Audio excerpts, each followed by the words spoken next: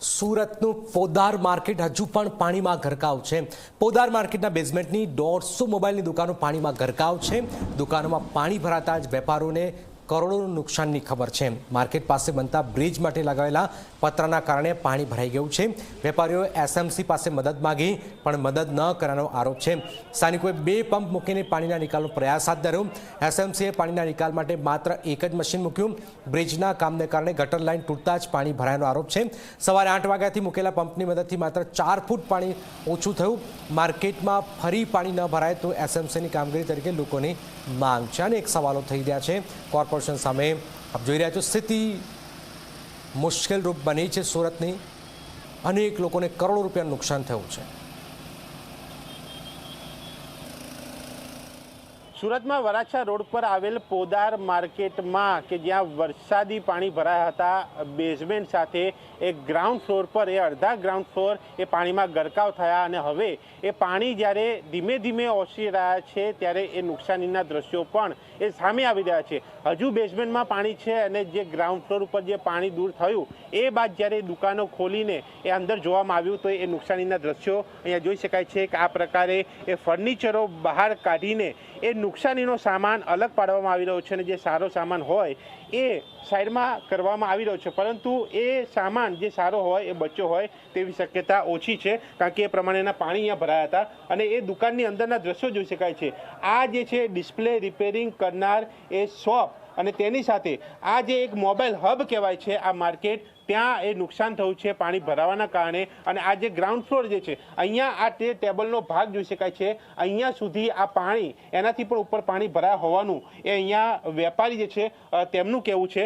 તેમની સાથે આપણે વાત કરીશું કે તેમની દુકાનમાં કેટલું નુકસાન થયું છે। જ્યારે દુકાન ખોલી ત્યારે એમને એ પહેલી દ્રષ્ટિએ એ દુકાન કઈ રીતે જોઈ, કેટલું નુકસાન અને જ્યારે દુકાન ખોલ્યું ત્યારે શું? મારી દુકાન મેં જોયું તો હું મતલબ એકદમ બેહોશ જેવો થઈ ગયો કે આ મારી દુકાનની અંદર કમસે કમ 30 લાખ રૂપિયા જેવી મશીનરી લાગેલી હતી અને મારી પાસે ડિસ્પ્લેનો પણ બહુ મોટો સ્ટોક હતો, તો એ બધું જ પાણીની અંદર ખરાબ થઈ ગયું છે।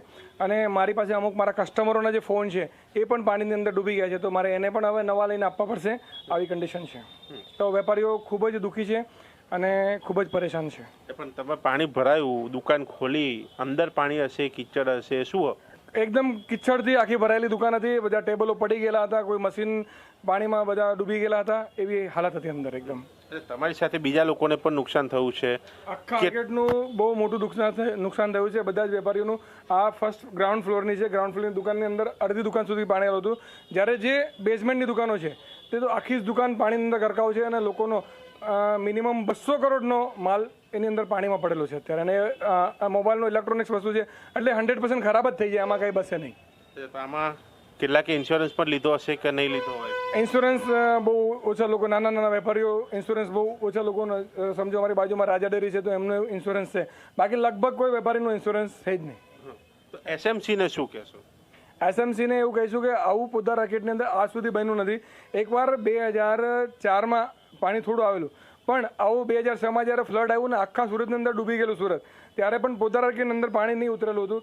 તો આ વખતે પાણી આવવાનું એક તો આગળ જે બેરિકેડ લાગેલા છે એ પ્રોબ્લેમ હોઈ શકે છે, અને બીજું જે અમારી આગળનો જે રોડ છે એ રોડને અપ લીધેલો છે, તો એના કારણે જલ્દીથી પાણી અંદર ઉતરી ગયું ને પાણીને જવાનો કોઈ બીજો રસ્તો હતો જ નહીં પોદાર માર્કેટના બેઝમેન્ટમાં ઘૂસવા સિવાય। એસએમસી પાસે કોઈ મદદની માંગ ઈચ્છા કરી? એસએમસીને અમે તો ક્યારના ટ્રાય કર્યા છીએ, તો એક અમને પંપ મળ્યો છે, હજી વધારે જો કોઈ પંપ મળે તો જલ્દી કરીને અમારા જે વેપારીઓનો માલ ફસાઈ ગયો છે તો કમસે કમ ખબર તો પડે કે અંદર શું છે, કંઈ બસ્યું છે કંઈ બસ્યું જ નથી। વળતરની ડિમાન્ડ કરી રહ્યા છે વેપારીઓ?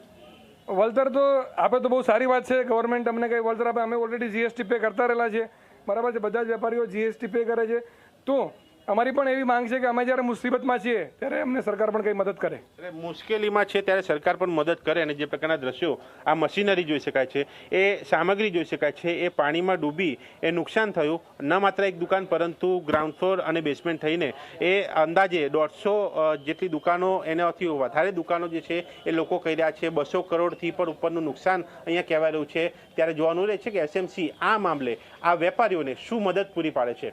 કેમેરામેન તુષાર સાથે દર્શક દાવર, ઝી મીડિયા, સુરત।